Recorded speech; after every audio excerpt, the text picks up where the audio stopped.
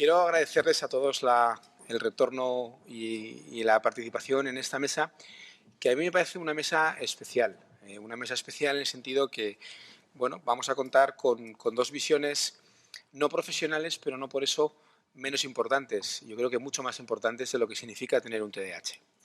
Le alabo el gusto y la intención a la Fundación y particularmente a Fátima en asumir esto, de alguna manera en dar un espacio también a historias en primera persona.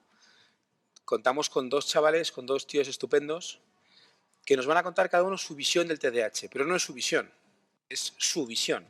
Es decir, es cómo ellos han vivido el tener un trastorno por déficit de atención e hiperactividad y cómo eso ha impactado en sus vidas. Verán que son dos historias similares, con diferencias muy importantes.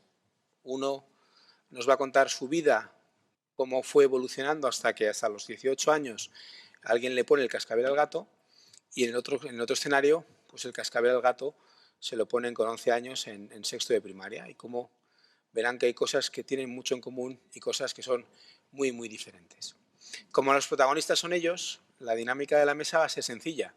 Le vamos a dar primero la palabra a Gonzalo Sánchez, que va a hablar de su historia, y luego a Sergio Cuesta, que va a hablar de su historia, hablar de lo que ha sido, lo que ha significado para ellos o significa para ellos, porque está en sus recuerdos, está en su biografía, el tener un TDAH, cómo lo han vivido y cómo les ha impactado en sus vidas. Y luego, si les parece, pues podemos abrir todo un espacio de debate que haremos desde la mesa, pero que desde luego también invitamos a todo aquel que tenga alguna pregunta o alguna sugerencia a la hora de poder compartir, seguro que experiencias muy intensas y muy válidas como las que vamos a escuchar esta tarde. Con lo cual, Gonzalo, cuando quieras, el micrófono es tuyo. Hola, buenas tardes. Soy Gonzalo Sánchez y os voy a dar mi testimonio de cómo mi TDAH. Lo primero que quería hacer era darle las gracias a la Fundación y a los presentes en la mesa y a todos ustedes por estar aquí y darme la oportunidad para compartir con vosotros. Lo primero que quiero decir es que acabo de llegar de Londres en un vuelo y estoy bastante nervioso y cansado. Entonces, vamos a ver lo que sale. Pero lo que me han dicho antes es que, básicamente, que no esté nervioso porque es mi vida, no puedo suspender un examen en mi vida. Como ha dicho Javier antes, yo soy el gato al que le pusieron el cascabel a los 18 años.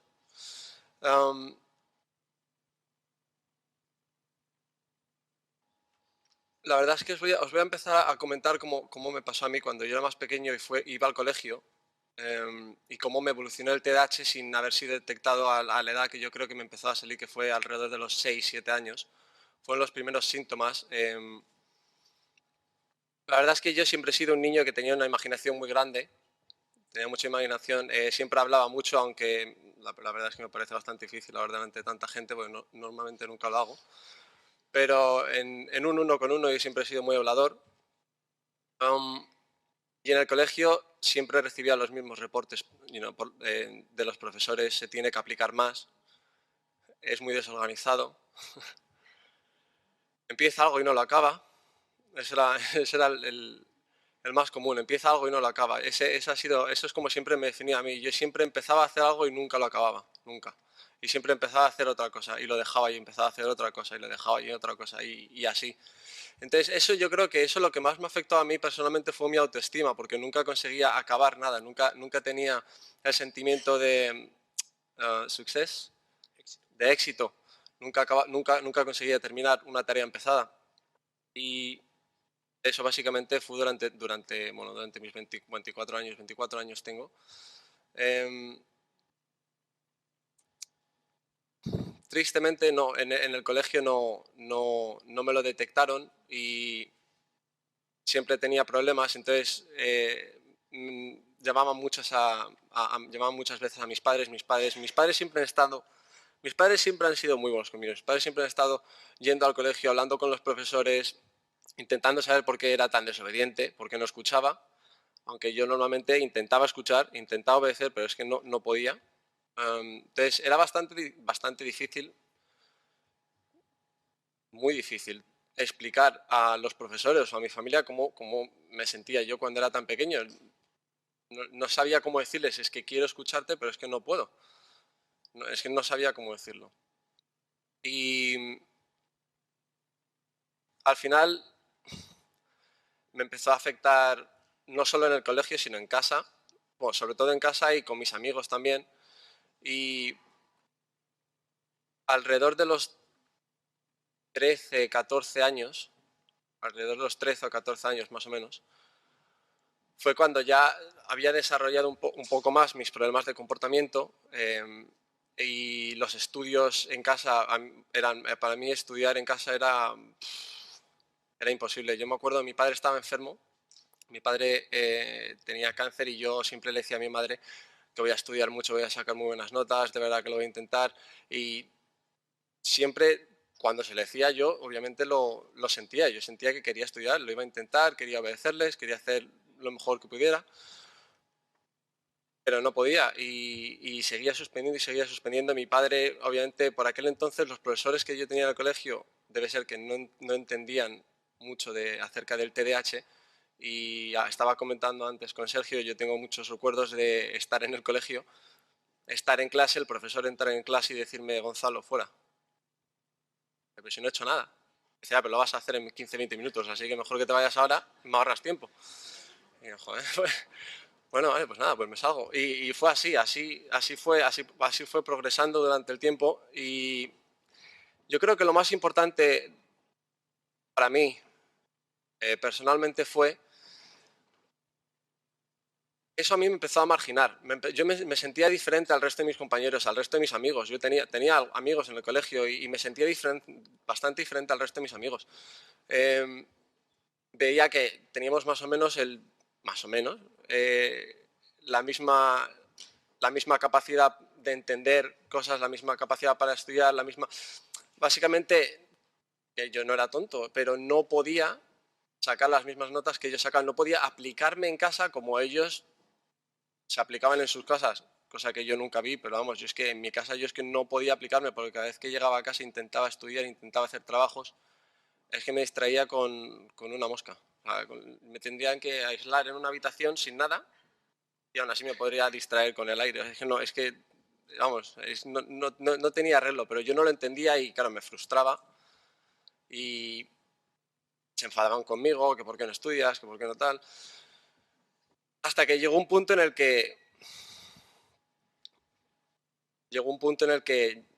por ejemplo, mi padre decidió ponerme dos profesores personales y me acuerdo de estar en casa con los profesores y, y yo les escuchaba y creo que eran matemáticas y otra cosa, matemáticas y lengua, algo de eso. Y me acuerdo de estar haciendo las matemáticas en casa con el profesor y hacerlo todo perfecto. Llegar al colegio, hacer el examen y suspender. Y claro, yo llegaba a casa y me decía, madre, nos estás tomando el pelo. Y yo, que no te estoy tomando el pelo, es que el examen era diferente. Y dice, hombre, claro que es diferente, pero la teoría es la misma. Pero yo es que no, claro, no lo entendía. Y al final, eso fue básicamente los años del colegio básicamente se fueron desarrollando así. Hasta que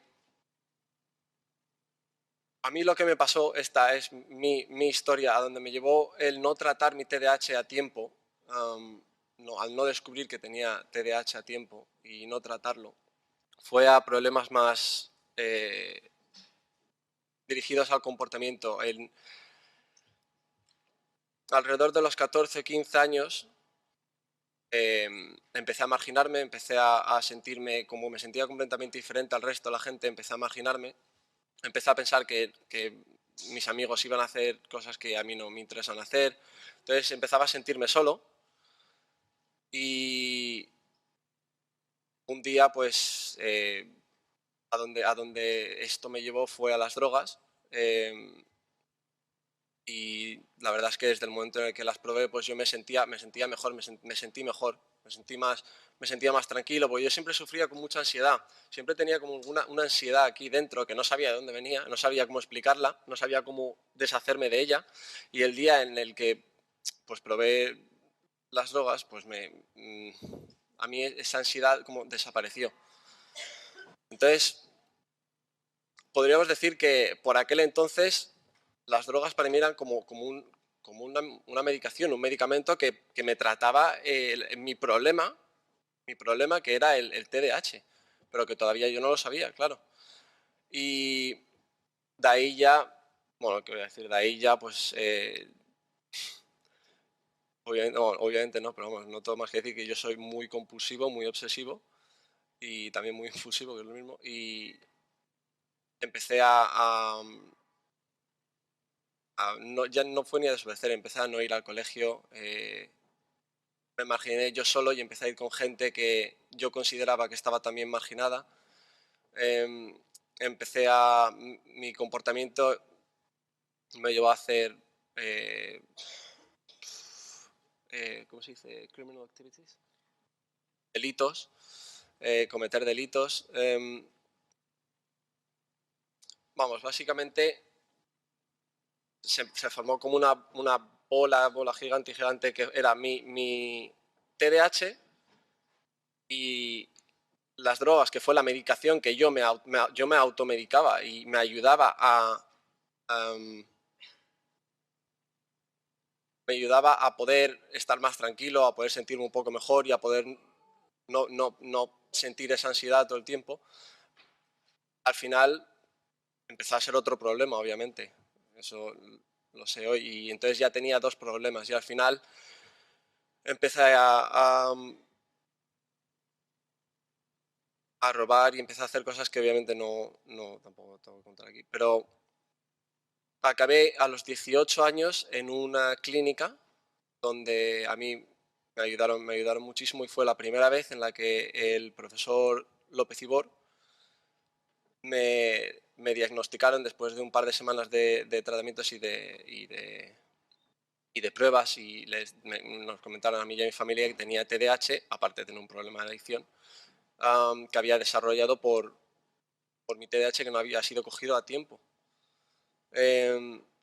Entonces, esto es mi experiencia, esto no es que pase con todas las personas, esta fue solo lo que me pasó a mí. Pero como me dijo Javier antes, y yo creo que es verdad, esta es la razón por la que yo estoy aquí, es que aunque mi vida durante 3 años, desde los 16 hasta los 18 más o menos, a 16, sí, hasta los 18, fue pues un infierno y acabó muy mal, siempre hay esperanza, aunque no se coja tiempo, siempre hay esperanza, porque a los 18 años fue la primera vez en la que alguien me dijo que tenía TDAH. Bueno, de hecho, me acuerdo que me dijeron por teléfono, me habían enviado a un centro para empezar a tratarme en Inglaterra y me llamaron por teléfono y me dijeron que tenía una enfermedad mental que se llamaba TDAH y me acuerdo yo de colgar el teléfono y empezar a gritar a la gente que yo no estaba loco, que no sé qué, tal, empezar a insultar a todo el mundo y me di cuenta de que el primer paso era aceptar que tenía un problema. El primer paso era tenía que aceptar que tenía TDAH, tenía que entender lo que era el TDAH y a base de eso ya podría empezar a moverme hacia adelante y a empezar a tratarlo. Claro, si no lo acepto no lo podía tratar. Entonces, me gustaría decir que el tratamiento fue corto, pero no lo fue. Llevo 6 años, ahora llevo 6 años y he estado 6 años, sigo en tratamiento, está en tratamiento y he tenido mis baches. Desde los 18 tuve mis baches, empezaba a mejorar, empezaba a hacer terapias conjuntas con gente, la manera en la que me trataron era mucho con terapias cognitivas. También empecé por mi adicción, también empecé a tratarme con un tratamiento que son de los 12 pasos, en el cual a mí me ayudaba a relacionarme con gente que era más positiva para mí, con gente que no me juzgaba, con gente que no me trataba, con gente que no me intentaba ridiculizar, básicamente con gente con la que me querían ayudar, gente que quería ayudarme, gente que entendía que tenía un problema y quería ayudarme. Y obviamente yo me tuve que dar cuenta de que el que tenía que entender que tenía un problema y tenía que ayudarse a sí mismo también era yo, porque mi autoestima estaba por aquel entonces pues por los suelos. Vamos, me dicen que me tengo que sentar aquí a hacer esto delante de toda esta gente y habría corrido a Sudáfrica otra vez. Y Y entonces, a ver, he cambiado muchísimo y la razón por la que he cambiado ha sido por el esfuerzo que yo he hecho, porque yo también lo he hecho, y por el esfuerzo que ha hecho mucha gente, mi familia, mis amigos, mis terapeutas, la gente que me ha ayudado, el esfuerzo que hemos hecho todos juntos para salir adelante y para tratar esta enfermedad que yo no sabía ni que tenía. Mi familia, sobre todo, ha sido increíble la manera en la que lo aceptaron. Ellos tampoco sabían nada, ellos no lo entendían, no tenían conocimientos y nos han enseñado y nosotros hemos podido aprender. Entonces yo ahora, por ejemplo, sigo en tratamiento, todavía estoy en tratamiento, vivo en Londres y yo sigo yendo todas las semanas, voy a terapias, voy a grupos, hablo con la gente, me comunico, que era una de las cosas que nunca podía hacer, era comunicarme con otra persona, decir a otra persona cómo me sentía, eso era impensable. Y luego esto, a mí, descubrir que tenía este problema y salir adelante, a mí me dio un un objetivo en la vida, que era, a mí me obsesionó completamente y yo quería aprender y estudiar esto para poder ayudar a la gente que tenía el mismo problema que tenía yo. Bueno, y que tengo yo. Y empecé a estudiar en Londres, no había acabado el colegio, entonces tuve que acabar y luego empecé y fui a la universidad, bueno, estoy en la universidad ahora, empecé la universidad hace un par de años y estoy estudiando psychotherapy y es básicamente para poder tratar a gente que tiene problemas de comportamiento, que tiene problemas de adicción, que son gente que a lo mejor se han automarginado y creen que no hay ninguna salida, pero sí, en mi opinión, sí que la hay. Y yo creo que básicamente eso es lo que quiero decir. O sea que le voy a dar la palabra a Santiago.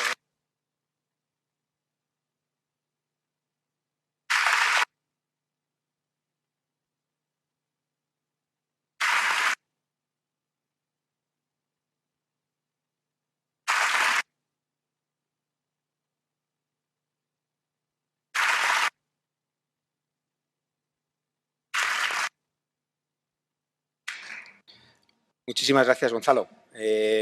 Bueno, efectivamente se puede tocar el fondo de la piscina y salir a flote, ¿no? Que esa es la idea fundamental. Muchas gracias. La verdad es que es intensa la expresión e intensa la emoción. Ahora vamos a contar con el testimonio de Sergio Cuesta, que tiene su visión de lo que ha significado para él tener un trastorno por déficit de atención y hiperactividad. Sergio, cuando quieras.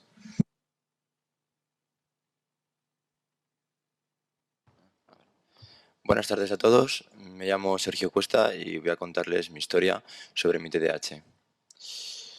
Todo comienza en quinto de primaria, bueno, realmente comienza antes, pero hasta entonces había conseguido tener el barco a flote.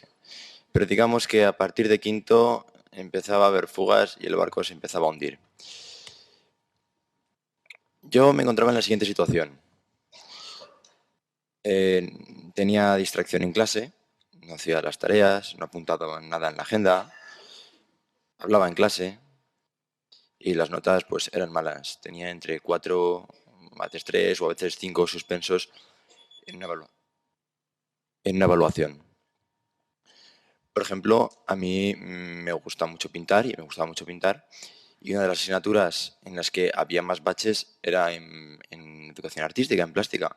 Veíamos que había asignaturas, había evaluaciones en las que tenía un 0 y otras en las que tenía un 10. ¿Y cómo se explicaba? Pues porque en unas evaluaciones entregaba los ejercicios y en otras no. ¿Y cómo es posible? Si no es porque no lo quisiese hacer, porque a mí me gusta pintar, pero se me olvidaba hacerlo, no traía los deberes hechos. Otro ejemplo, en matemáticas había que hacer durante unos meses pues 80 ejercicios que yo no hice porque me entretuve en un solo problema que se me ocurrió y que fue mi distracción, ese problema. y que me hizo que mi profesor me dijese que si no resolvía esos 80 problemas en el fin de semana, que me echaría de clase y que no volvía. Eso es una de las consecuencias. Además, mi tutora me castigaba sin ir a las excursiones. Veía que no tenía la agenda hecha, veía que no tenía las tareas realizadas y por lo tanto me dejaba sin excursiones, sin premios, viendo cómo los demás disfrutaban de ello y yo me veía marginado y me quedaba en el colegio mientras los demás disfrutaban. No solamente eso, mi tutora, al ver que no hacía la agenda, decidió ponerme a una compañera que supervisase todas las tareas que yo hacía y de forma humillante la llamó niñera y delante de todos mis compañeros me veía de esta forma con poco autoestima. Veía que no podía hacer las cosas y que yo realmente no es que no quisiese hacer la agenda, sino que a lo mejor decían una tarea y decía, bueno, ahora estoy haciendo esto, luego lo apunto tal y luego no, luego se me olvidaba o me distraía con algo y al final ni hacía la agenda ni hacía nada. También me humillaba mi profesora, que no entendía mi problema, cuando se me olvidaba alguna tarea o, por ejemplo, se me olvidaban las gafas. Me preguntaba que por qué se me olvidan las gafas y yo decía, pues no lo sé, se me han olvidado. Y me hacía apuntar en la agenda literalmente que soy tonto y no sé por qué se me olvidan las gafas, cosa que no es así. Esto me hace tener muy baja autoestima y acabo pues quinto de primaria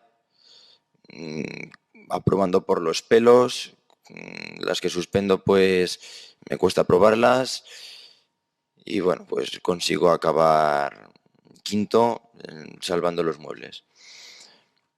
Comienza sexto de primaria.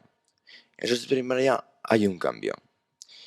Mis padres conocen a unos amigos que, bueno, tenían el mismo problema y, bueno, pues llevaban a su hijo a la clínica del doctor Quintero y pues había solucionado en parte los problemas que tenía su hijo. Tenía los mismos problemas que yo, parecidos, los mismos síntomas y al final el chico pues había conseguido aprobar, salir adelante y entonces pues decidió no probar conmigo. Entonces acudo a la clínica del doctor, uno de los mayores especialistas en el tema, y yo me acuerdo que llego allí pues con 11 años sin entender mucho la situación. No sé por qué voy, sé bueno, que tengo problemas en clase y que tengo que ir pues para solucionar estos problemas. Entonces el doctor pues me pone una serie de pruebas que dura varios días, unas pruebas que no son sencillas, lleva su tiempo. Y después de todo este diagnóstico, acudimos a la clínica y dice que tengo un TDAH, un trastorno de déficit de atención e hiperactividad. Yo no sé lo que es, solamente sé que, bueno, hay alguna explicación a por qué me cuestan mis tareas en el colegio. Una de las preguntas que me hace, que me la recordé el otro día, y es que en una de las pruebas tenía que mirar durante una pantalla durante 15 minutos y cada vez que veía la letra X tenía que darle a la barra de espacio. Es una prueba pues que aparentemente es muy sencilla, no se necesita ningún conocimiento para resolver tal tarea. Pero para mí me resultaba muy difícil. Era complicado para mí estar durante esos 15 minutos haciendo una tarea que me cansaba, me aburría, me distraía. No podía centrarme en eso. Y de hecho fue la que dije que menos me gustaba esa tarea. Ya sabiendo que tengo un TDAH, pues sigo una terapia, un tratamiento y con una medicación para conseguir paliar todo este problema que tengo en las aulas. Bueno, pues vemos que en el transcurso de sexto las cosas mejoran en algún sentido.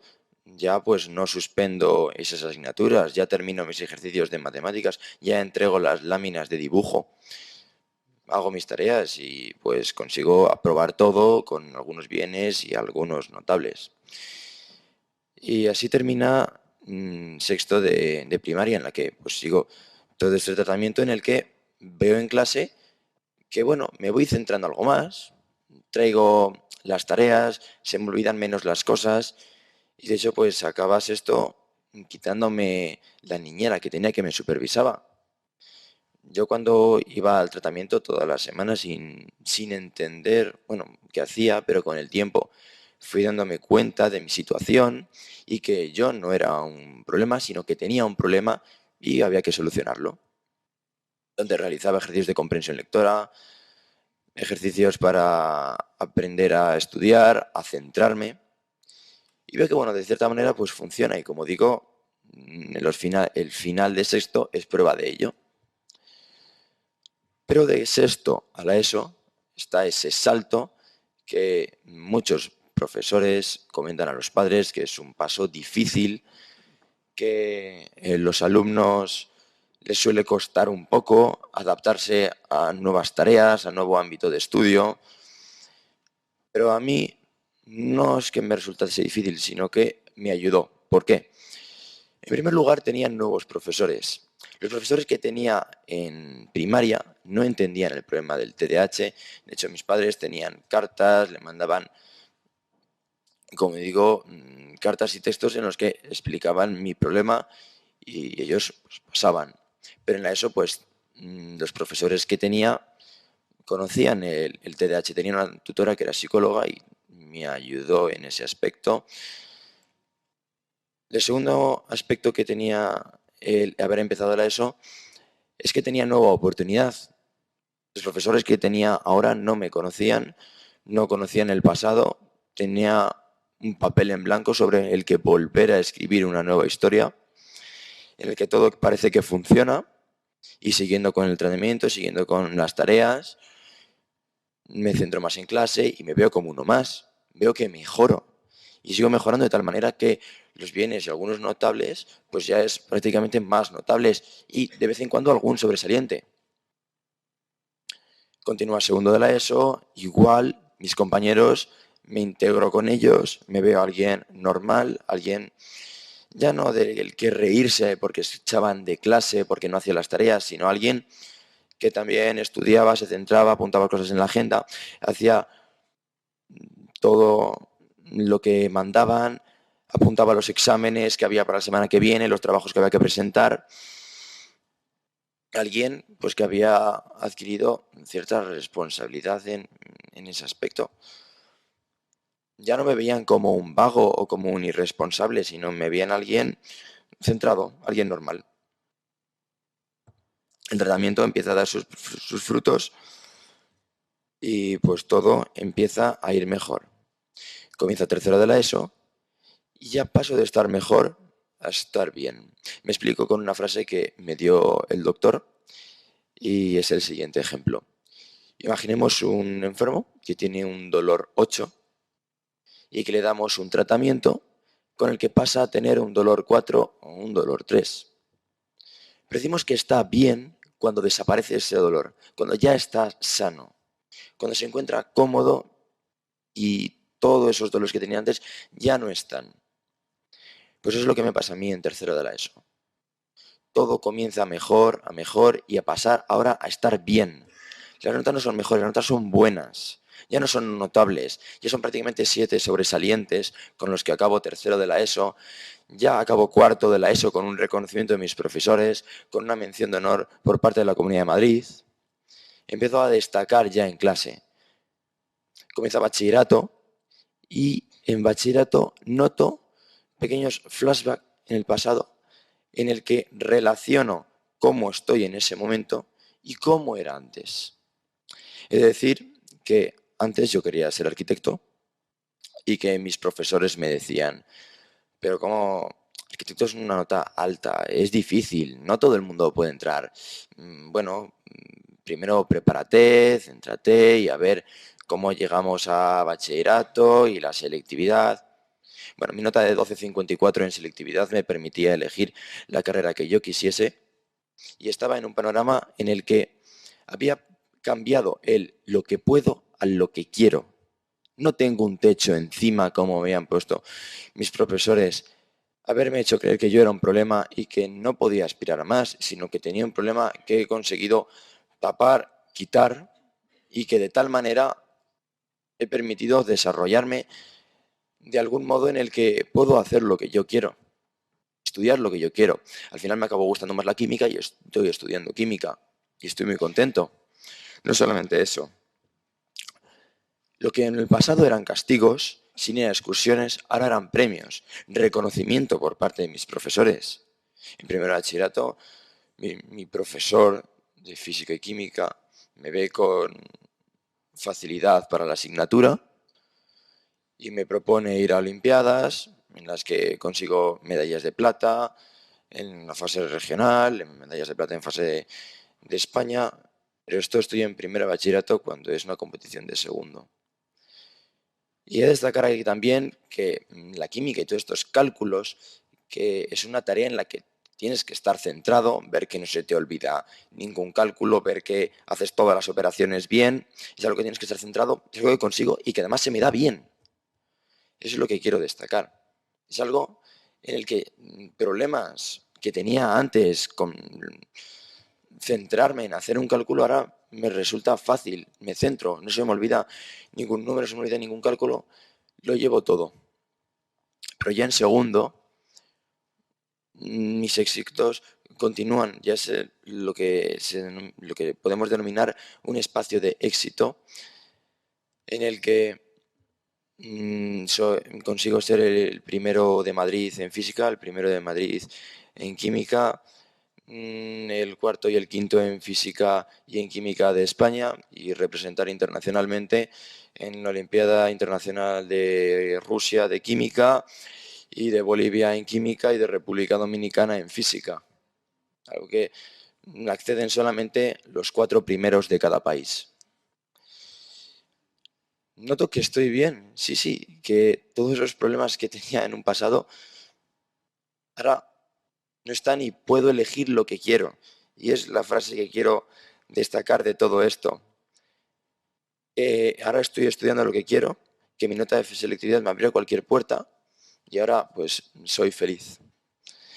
Y sigo mejorando y a ver a dónde me lleva. Y eso es lo que quería transmitir a todos vosotros los que estáis aquí. Y bueno, muchísimas gracias.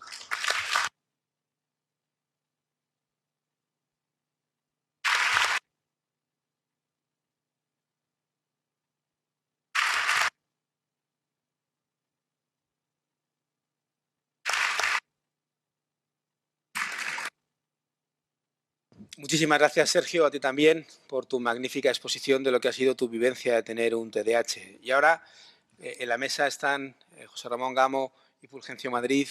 Y si queremos, alguien tiene preguntas, tiene comentarios, Pencho, José Ramón, cosas que queramos plantear, a preguntarle tanto a Sergio como a Gonzalo de las cosas. A mí sí hay un detalle de Sergio que se ha dejado en el tintero y me parece muy chulo.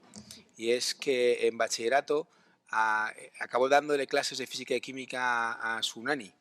Es decir, que al final a su niñera, la que le gestionaba la agenda en sexto de primaria, luego en primero y segundo de bachillerato le tuvo que ayudar él con la física y la química, ¿no? Es decir, que la vida siempre tiene esa dinámica circular, ¿no? Lo que queríamos con esta mesa es compartir con todos ustedes esa visión, es decir, cómo el éxito está detrás del trabajo. Cuanto antes empecemos, desde luego va a ser más fácil. Pero aunque empecemos tarde, Gonzalo está fantásticamente bien. Ha pasado por una temporada dura, sin duda alguna, pero ahora está feliz.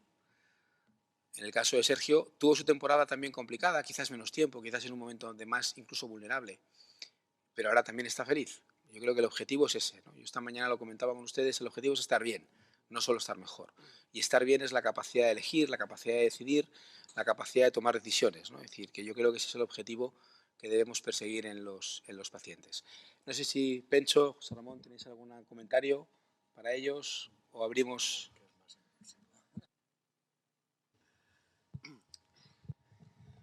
Bueno, una cosa que suele salir en las historias de chavales que tenemos el problema es lo que llamamos indefensión aprendida.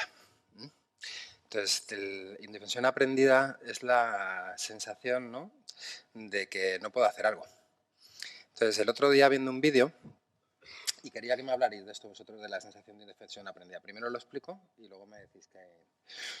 Viendo un vídeo en un máster que estamos haciendo, pues colgó una compañera del máster un vídeo y es una profesora que, trabajando con profes, les da a la mitad de la sala unos papelitos y a la otra mitad de la sala otros papelitos. Y ninguno de las dos partes de la sala sabe lo que tienen los otros.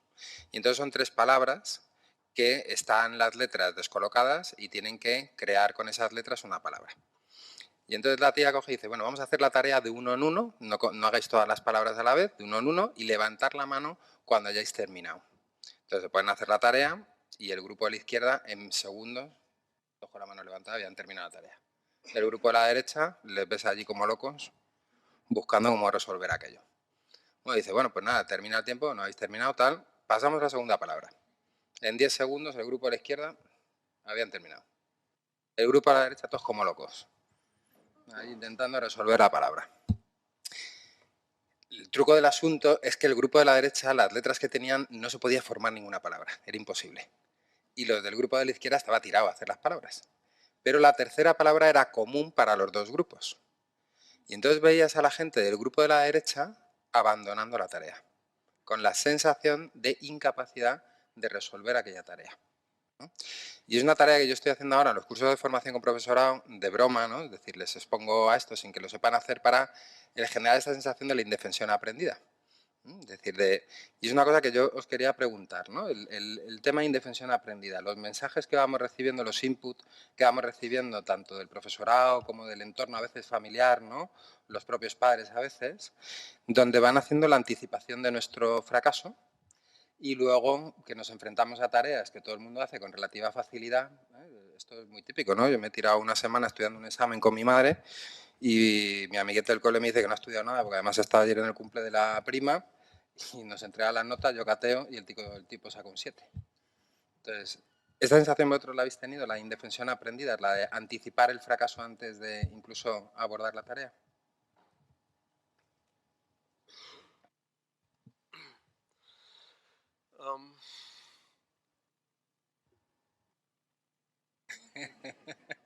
¿Qué decir, no? ¿Qué decir? Lo primero que tengo que acercar el micro. Sí, yo básicamente fracasaba antes de empezar siempre. Siempre. Eh, o sea que sí. Entiendo lo que estás comentando, vamos, seguro. Mi problema es que yo normalmente si la primera palabra, en el ejemplo que has puesto antes, yo si la primera palabra veo que el otro grupo levanta la mano, yo normalmente, si tardo más, no la levanto por miedo por miedo a por qué estoy tardando tanto y ellos ya la han levantado. Entonces me da vergüenza y no la levanto, pero si en la segunda vez ya, claro, yo hago lo mismo, yo lo dejo, yo digo, no, paso, me voy a otra. Lo del examen me ha hecho reír, lo que has dicho me ha hecho reír porque yo me acuerdo de decirle a mi mejor amigo, decirle, joder, tío, lo llevo estudiando una semana con mi madre, eran las capitales y países del mundo, que por cierto ahora me las sé todas. Me las he estudiado, he estado viajando y cada vez que voy a un país me las aprendo. Pero estudiando con mi madre, que una santa mi madre, mucha tela. Y al final, claro, le digo a mi amigo, joder, llevo estudiando una semana y sacé un 4,75. Y me aprobaron, ¿eh? Pero bueno, no son aprobados, pero me aprobaron, porque eran bajos los profesores, esto eran primero. Y mi amigo me dice, pues yo, no, lo mismo, pues que me he reído, pues, dice, no, pues yo no he estudiado, no sé qué tal. Y creo que sacó no sé si era una nota alta, era un 8, un 9, tal. Y yo digo, pero serás mentiroso, ¿cómo no vas a haber estudiado? Y es que no había estudiado, pero había escuchado en clase, y más o menos, ¿sabes? Pues de conocimiento se las había aprendido y tal, a lo mejor las habría mirado alguna vez. No, yo no lo podía comprender, es que no me entraba en la cabeza.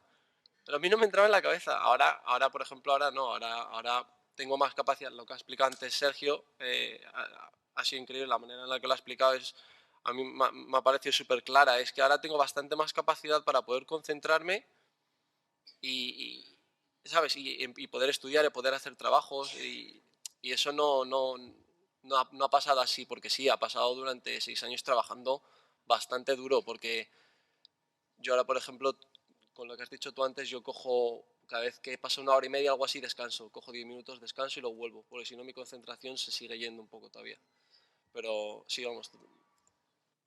Entiendo perfectamente lo que has dicho. Vamos, le paso la palabra a Sergio. Pues yo sobre este tema me gustaría comentar lo siguiente. Cuando a la gente le comento que yo en quinto de primaria suspendí conocimiento del medio, ahora cuando la química y las matemáticas, la física, pues lo llevo bien, se asombran y dicen, pero cómo has podido suspender conocimiento del medio si es lo que se te da bien? Pues yo veía que en el resto de asignaturas no, no iba bien y también por la situación en el aula me hacía ver que no valía para esto de estudiar y algo como que me gustaba, pues lo abandoné, como era el conocimiento del medio. Y es pues esa visión de que hay algo que puedo hacer pero que lo dejo o, o que no sigo intentándolo, pues porque ya el resto me sale mal. Y ya pues por dos que salen mal, una tercera ya también te sale mal. Eso es lo que... Pincho, ¿preguntas fuera? Bueno, la verdad es que dan ganas de tener TDAH, ¿no? Y poder contar esas cosas así cuando acaban bien, ¿no? Yo veo dos cosas en común que creo que sí merece la pena que deis vuestra opinión, ¿no? Una es que hay unas familias detrás que han apostado y que han tenido medios, no solo económicos, sino también para aguantar el reto, ¿no? Por un lado, el reto de Gonzalo, que pusiste el listón alto, ¿no? A la familia y bueno, pues ahí esa familia ha salido mejor, ¿no? Gracias a ti también. Y a ti, pues me imagino que como un buen hijo y que de pronto maltratado, ¿no? Humillado incluso en el colegio. Entonces, yo mi pregunta es, porque habéis hablado de humillación en el colegio, habéis hablado de expulsiones, habéis hablado de que el colegio, bueno, no apuesta por los chicos o las chicas que tienen dificultades como vosotros, cuando además probablemente se vería que sois muy listos ya desde pequeños, ¿no? O sea que no estamos hablando de... Entonces, ¿qué papel pensáis que realmente está jugando el colegio en la vida de las personas con TDAH ahora mismo, ¿no? Porque seguís teniendo amigos, habéis conocido, probablemente tenéis recuerdos igual de algún compañero que tenía algún problema similar, y luego si realmente pensáis que hubierais salido sin la familia que al final estuvo, apoyó y además pues, pudo recurrir, que también es difícil, ¿no? El saber exactamente a quién recurrir. Esas dos cuestiones me gustaría que las pensarais, ¿no? Y si recordáis de algún compañero que no se haya escapado así de bien.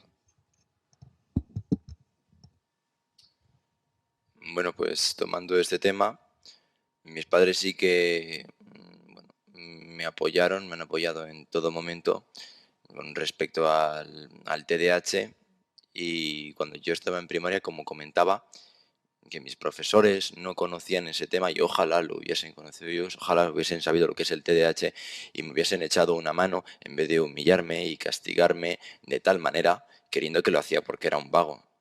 Ojalá hubiesen sabido lo que es el TDAH y me hubiesen echado una mano. Mis padres luchaban con eso. Visitaron al psicólogo de primaria del colegio. Visitaron también al jefe de estudios. La tutora tenía problemas con ella y no conocía, como digo, el TDAH y la mandaba cartas y la escribían y aún así lo negaba, que no, que yo no lo hacía porque no quería. Y luego cuando pues voy a la ESO y veo que mis profesores sí lo entienden y que me echan una mano, pues eso la verdad es que es una ayuda bastante grande, de luego que profesores conozcan este tema, que te ayuden en cierto sentido, sabiendo que te cuesta concentrarte o que te distraes y que no es ponerte en esa situación tan mala ni humillarte, sino echarte una mano, que es lo que necesitas.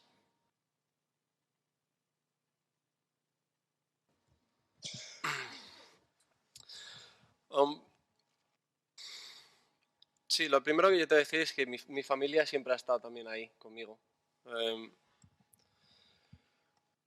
Mis hermanos, a lo mejor no tanto, en algunos momentos, pero mi madre sobre todo, mi padre estaba muy enfermo, pero mi madre sobre todo siempre ha estado ahí.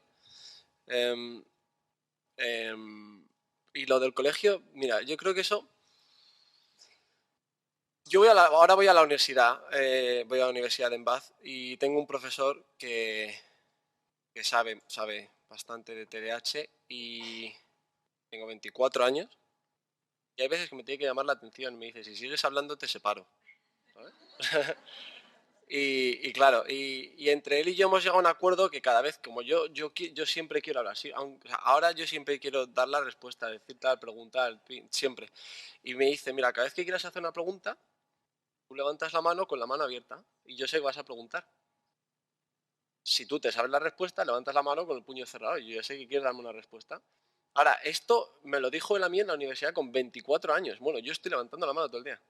Entonces, claro, lo que quiero decir es que si en el colegio los profesores hubiesen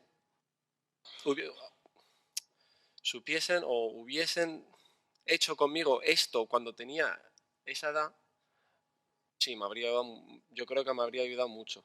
Yo tengo entendido, tampoco es mucho, pero tengo entendido que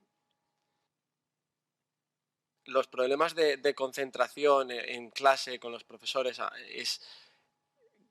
mí me castigaban mucho también, como Sergio está hablando, a mí me castigaban mucho. Y tengo entendido que, ¿cómo se decía? Positive reinforcement. Refuerzo positivo y es lo más importante. Si yo hago algo bien, que me digan por qué y cómo lo he hecho bien. No que me digan, qué bien, qué bien. O sea, que me digan cómo y por qué lo he hecho bien. Entonces lo puedo volver a repetir. Eso para mí personalmente. Pero a mí lo de la mano es que con mi profesor de universidad me maravilló. O sea, ahora en la clase yo casi ni hablo, levanto la mano. No me preguntes cómo, pero es increíble. Entonces, si pudiesen hacer eso antes en el colegio, los profesores, obviamente, sí, sería un beneficio tremendo. Un beneficio tremendo, porque cada niño, cada chico, yo tengo familiares también que tienen problemas de TDAH, y vienen a ver al doctor Quintero y como me han comentado, y ¿no? cada niño es diferente, cada chico en el colegio tiene sus necesidades, no todos son iguales. Entonces, mirar las necesidades de cada persona es muy importante, no tratarles a todos como si fuesen una entidad o una persona. Pero vamos, sí, yo sí, totalmente de acuerdo. Si se supiese más en los colegios. Es que ahora no lo sé, pues yo llevo sin vivir en España 6 años, así que no sé cómo son los colegios aquí ahora, pero definitivamente sí. Si se supiese más en el colegio.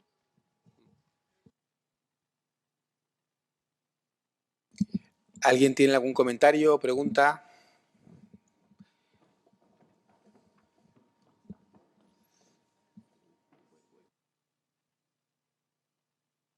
Empezamos. Bueno. Pues empiece usted si quiere, si tiene el micrófono encendido.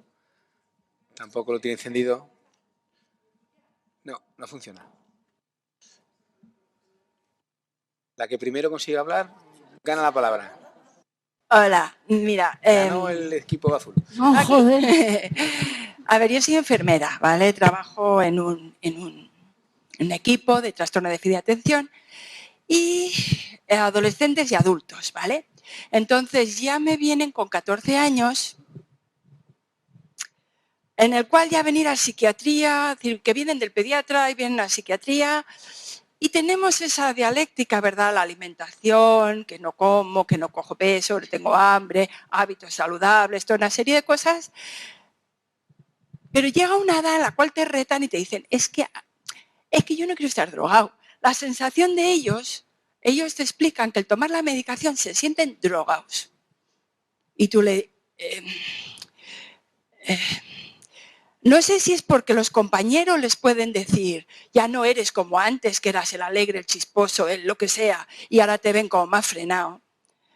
También tengo el hijo de una amiga mía que, con su TDAH, que en una excursión esa que hicieron un viaje de 4 días los amigos le quitaron la medicación y se la repartieron.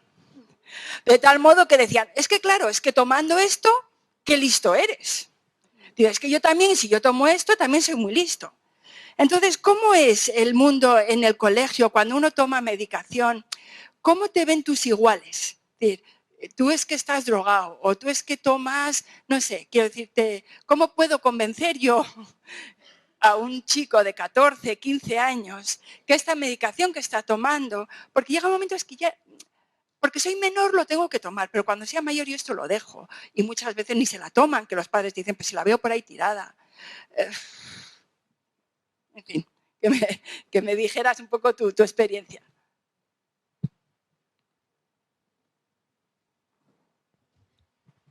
Bueno, pues yo he de contar que para mí la medicación ha sido en mi caso. No sé, cada uno tiene su caso personal y en el mío, pues bueno, me ha ido bien y claro, la cuestión social de los compañeros que vean que tomas unos medicamentos, que uno toma, que conoces a otro compañero que también tiene medicación, si lo comentas con los amigos. Una cosa es comentarlo a los profesores y otra cosa es comentarlo a los compañeros con los que pasas tiempo. Yo no les entré mucho al trapo con que tenía un TDAH. Yo solamente que pues, iba al psicólogo y ya está ahí. Y nada más. Y no entraba en... Yo cuando empecé a tomar la medicación pues tenía 11 años. Y bueno, y desde entonces pues no me he sentido extraño por tomar la medicación. A mí es algo pues sé que me ayuda, pues lo tomo. No sé cómo lo verán otros, como digo, pues hay montones de casos y montones de situaciones. A mí personalmente me ha ayudado. Con otro caso, pues no sé decir. A lo mejor esa persona pues no se siente cómoda con ello o le da igual.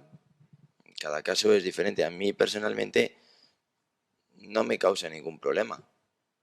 Pero es que hay montones de casos. Yo sí podría puntualizar un poco más, ¿no? Yo creo que sí que a la hora de plantear un tratamiento el concepto de primum non nocere es fundamental, es decir, y sobre todo cuando son adolescentes. Y eso implica que tengamos que definir las cosas hasta los 11, 12 años en función del criterio de la madre, a partir de los 12, 13 en función del criterio del chaval.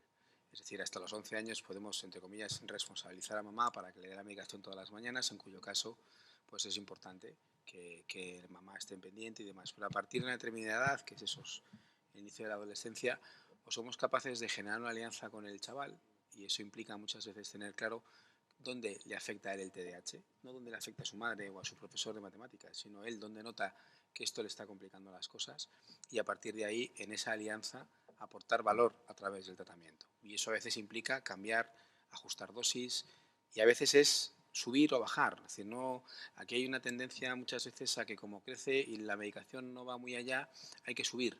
No, a veces, como la medicación no muy allá, hay que bajar. Hay que bajar para, a veces, en esos momentos de transición, jugar un poco a la mínima dosis eficaz. Es decir, no quiero ganar el partido por goleada, quiero ganar 1-0, pero quiero ganar el partido, ¿no? A veces perdemos un poco la visión del objetivo, ¿no? Que el objetivo es ganar el partido. A veces queremos ganar 10-0 y como ganamos 10-0 perdemos, porque el chaval no se quiere tomar la medicación y de alguna manera se desvincula de un proceso que está funcionando bien porque no hemos sido capaces de entender cuál es la necesidad del chaval, que hasta entonces era la necesidad de sus madres y que traían al niño a la consulta, pero en un determinado momento ya el niño tiene que venir a la consulta, ¿no? Cuando manejamos a los adolescentes yo muchas veces les pregunto diciendo, ¿por qué vienes? Y cuando me dicen, porque me traen mis padres, malo. Entonces, ¿y ahora por qué vas a volver? ¿No? Entonces ahí es la idea de por qué, dónde le vas a ayudar a él. Y entonces en ese contexto te va a dar la clave de cómo hay que ajustar el tratamiento. Hola, yo también tengo TDAH y llevo queriendo interrumpir desde que habéis empezado a hablar. Quería saber si seguís tomando medicación ahora y también, bueno, yo llevo medicándome 8 años, creo, más o menos, Y creo que también hay que ver la parte buena. O sea, muchas cosas de cómo somos también nos la da este trastorno. Una vez que aprendes a vivir con él, ¿no? O sea, yo creo que también es importante, como se sabe que es crónico y que probablemente no nos curemos nunca, vivir mejor con ello y aprovechar las cosas buenas que tiene, como todo. Vamos, es mi parte personal.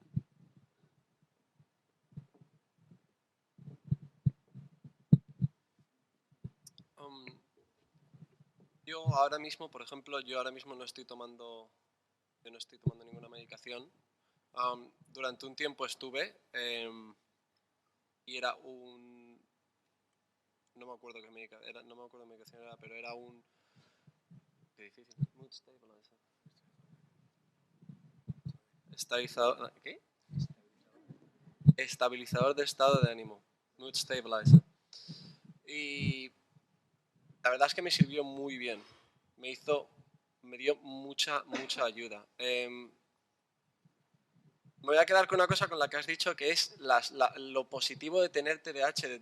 Hay que buscar también lo positivo de tener el TDAH, lo positivo de estar en medicación. Yo cuando estaba en medicación, la verdad es que no me sentía mal. De hecho, a mí yo veía, como he dicho esas gentes, veía que me ayudaba y bueno, las personas que me la recomendaron hablaron conmigo y se comunicaron conmigo y me lo explicaban a mí y yo tomé la decisión de tomármela. Entonces, yo ahora mismo no estoy tomando ninguna medicación. Hago otro tipo de tratamiento, pero no estoy tomando ninguna medicación. Pero, como he dicho Sergio antes, hay muchísimos casos. Pero lo que me gusta es lo que has dicho de las cosas positivas, la creatividad. ¿Creatividad se dice? Creatividad. ¿Cómo se dice? No hiperactividad, pero yo soy una persona que ahora normalmente estoy contento. Como la inquietud también. Pero yo ahora mismo soy una persona que ahora está contenta. Contenta con lo que ha hecho y contento con cómo me siento. Y eso es gracias de haber tenido el TDAH y haberlo aceptado y haberlo trabajado. Entonces también yo cojo lo positivo, no me voy a coger si me cojo solo lo negativo, estaría deprimido todo el día. Entonces también tengo que coger lo positivo. Pero sí, nada más. De todas maneras, la conferencia de esta mañana del profesor Casas giraba en torno a eso, es decir, que de alguna manera tener un TDAH es un factor de riesgo evolutivo, pero que una vez que pasamos sobre todo esa etapa de la adolescencia, que yo creo que es la etapa más complicada, pero que está precedida por una infancia que hay que conducir bien, evidentemente nos sitúa en un espacio donde podemos trabajar y podemos crecer, ¿no? Yo creo que la palabra es crecer, ¿no? Y a partir de ahí sin techo. Pencho. Sí, yo al hilo de la pregunta que planteabas y como estamos hablando de medicación, yo me considero privilegiado porque vivo rodeado de sanitarios y mi mujer es médico y entonces muchas preguntas he tenido la respuesta. Yo vivo como una suerte lo que es, pienso yo, un estigma grande del TDAH, que es justamente que haya una medicación, ¿no? Ojalá en otros trastornos hubiera una medicación. Pero lo que tú planteas, yo creo que hay dos cosas. Primero, que en la adolescencia, y esto no es propio del TDAH, en cualquier cosa crónica en la adolescencia es fatal. Es decir, que un nene diabético en la adolescencia, si además es un diabético con TDAH, pues hay que negociar mucho con él. Y eso tiene que ver con algo que Sergio y Gonzalo han tenido tiempo, y sus familias han tenido tiempo, y gente que les ha explicado. Y esto, yo desde el punto de vista general de cómo están las personas con TDAH en nuestro país, pues es una cosa que me preocupa mucho porque es o tienes la suerte de caer cerca de alguien como Javier y tener los circuitos, o tienes cerca una asociación, o desgraciadamente ni siquiera va a suceder eso, ¿no? Luego pienso que hay una parte muy importante, y ahora ya hablo como padre de hijos, yo tengo dos y puedo saber de estas historias, el estigma también para los padres. Es decir, que tenemos que batallar mucho los padres, porque es que se oye continuamente, desde que esto se lo han inventado hasta, por supuesto, que esto lo han hecho los laboratorios, contra toda evidencia. Y uno tiene que, además, explicárselo a sus hijos. Y es un tema que aquí, como estamos en testimonio, yo sí quiero aportar un testimonio mío, ¿no? Como padre y pasa a través de mí todo esto del TDAH. Yo he tenido muchos diagnósticos a lo largo de mi vida, he tenido huesos frágiles, he padecido de azogue, he tenido un culo inquieto, en fin, he tenido de todo, ¿no? Y la verdad es que bien, he encontrado las partes buenas, me gusta mucho la presión, me gusta salir a las 4 de la mañana, venirme para acá, tener la cosa sin hacer y todo esto, y eso, bueno, pues eso tiene que ver con el TDAH, pero a mí creo que es muy importante de cara a toda la vida, primero que las familias sepan qué es el TDAH. Y el TDAH yo cada vez que oigo, yo siempre digo a los amigos, me tropiezo con, hoy he hecho otro amigo nuevo, ¿no? Los oigo hablar, explican cosas que a mí me sirven para ayudarme a entender qué le pasa. Yo tengo 2 hijos con este trastorno. Los 2 podían haber venido a contar 2 historias también, no con final, sino con este intermedio también feliz, ¿no?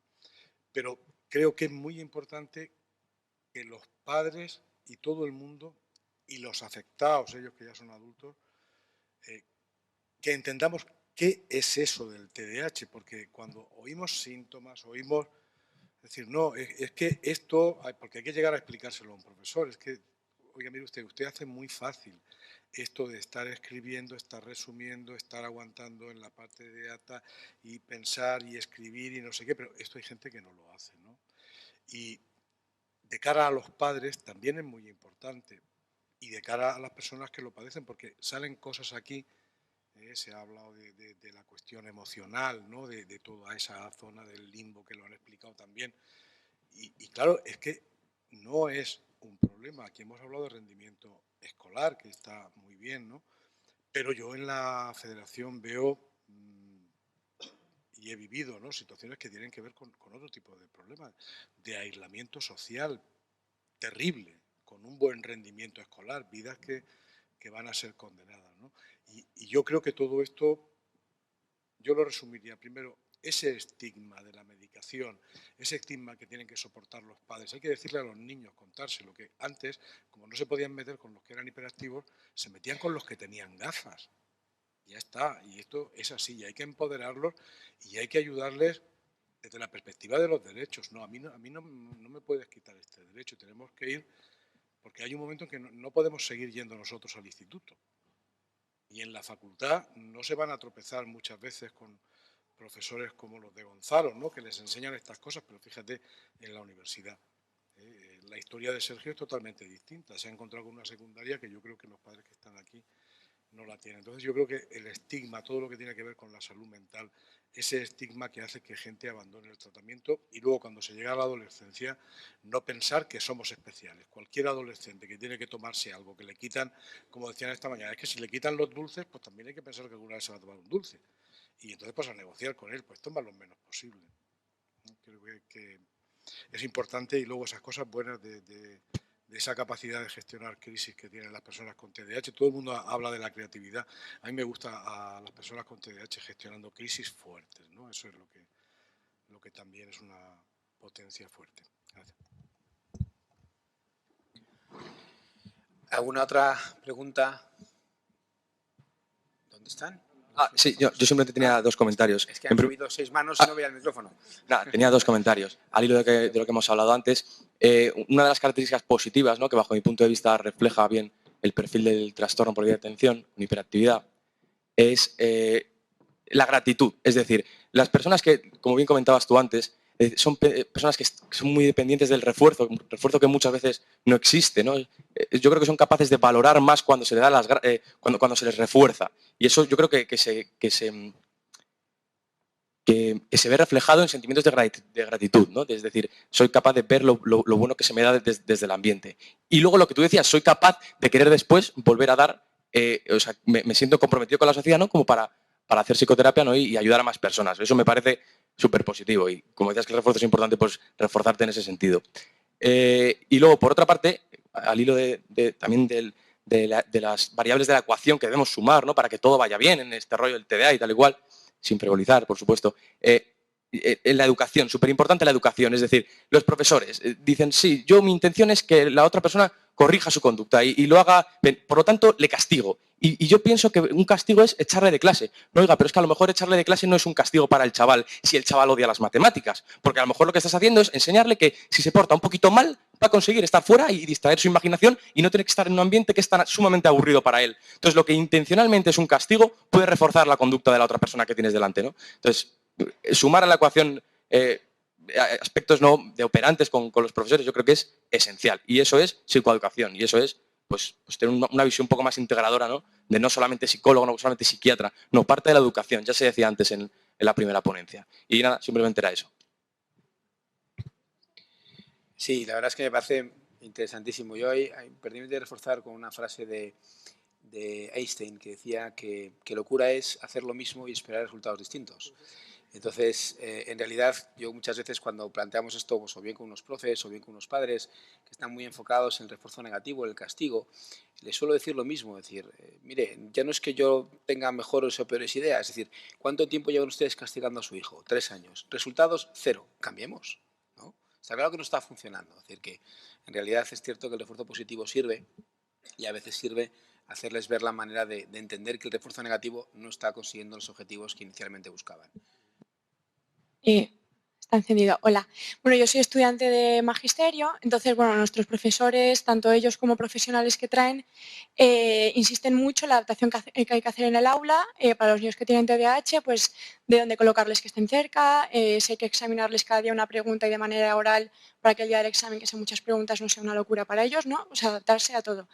Entonces, tanto los profesionales que traen para hablar del tema como ellos, hay dos opiniones que a mí me parece muy importante en cuanto a, hay dos posturas, ¿no? En cuanto a que el resto de la clase sepa que el niño tiene TDAH y que, por ejemplo, toma medicación. Entonces, unos dicen que no, que es un tema muy personal, que no tienen por qué saberlo porque es la vida del niño. Y otros dicen que es muy importante que la gente vea que el TDAH está a la orden del día, o sea, es algo más, y que tienen que tratarlo con naturalidad, porque si no, esos compañeros que a lo mejor crecen sin saber que tiene nada, luego el día de mañana llegan a un trabajo, se encuentran con otra persona así, como que hay que darle mucha naturalidad. Entonces yo quería preguntaros, como padre, como personas que tenéis TDAH, como psiquiatra, ¿qué pensáis sobre que en el aula el resto de compañeros lo sepan, no lo sepan, lo vean con naturalidad?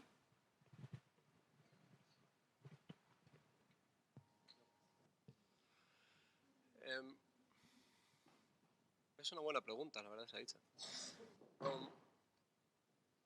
Yo personalmente creo, esto es mi opinión personal.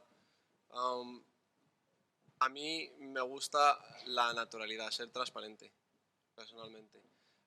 Lo de los exámenes orales no se hacía cuando, no se hacía cuando yo iba al colegio, ni que tenga yo 50, 80 años, pero cuando yo iba al colegio no nos daban exámenes orales, eran todos escritos. Y lo del examen oral lo he escuchado ahora, hace poco, lo escuché, alguien lo está hablando, y a mí me parece una idea buenísima. A mí me parece una idea muy buena, hacer exámenes un poco más regulares, con menos tema, y hacerlos orales. Eso es una idea muy buena. Ahora, lo de ser transparente, eso yo creo que depende de la edad de la persona que tenga TDAH, es su decisión o no. El profesor, si el alumno, yo, por ejemplo, le digo al profesor, no quiero que la gente en la clase lo sepa, yo creo que el profesor tendría que ir con eso. El profesor tendría que decir, vale, pues vamos a buscar alguna manera para poder hacer los exámenes orales en algún sitio para que la gente de la clase pues no se entere, porque es tu decisión, es mi decisión. Yo personalmente, a mí me parece que si yo ya lo he aceptado que tengo TDAH, si yo lo he aceptado, si yo estoy de acuerdo, si yo lo estoy trabajando, prefiero que la gente lo sepa, porque para mí si lo mantengo en secreto es como si estuviese haciendo algo malo, como si fuese algo que quiero ocultar, algo... Y yo no necesito ocultarlo, no tengo ningún problema, prefiero que la gente lo sepa y que me traten como una persona normal. Entonces, si ellos saben que tengo TDAH, bien, si lo aceptan, bien, si no lo aceptan... En el pasado me habría molestado, ahora tampoco me importa mucho, la verdad se ha dicho.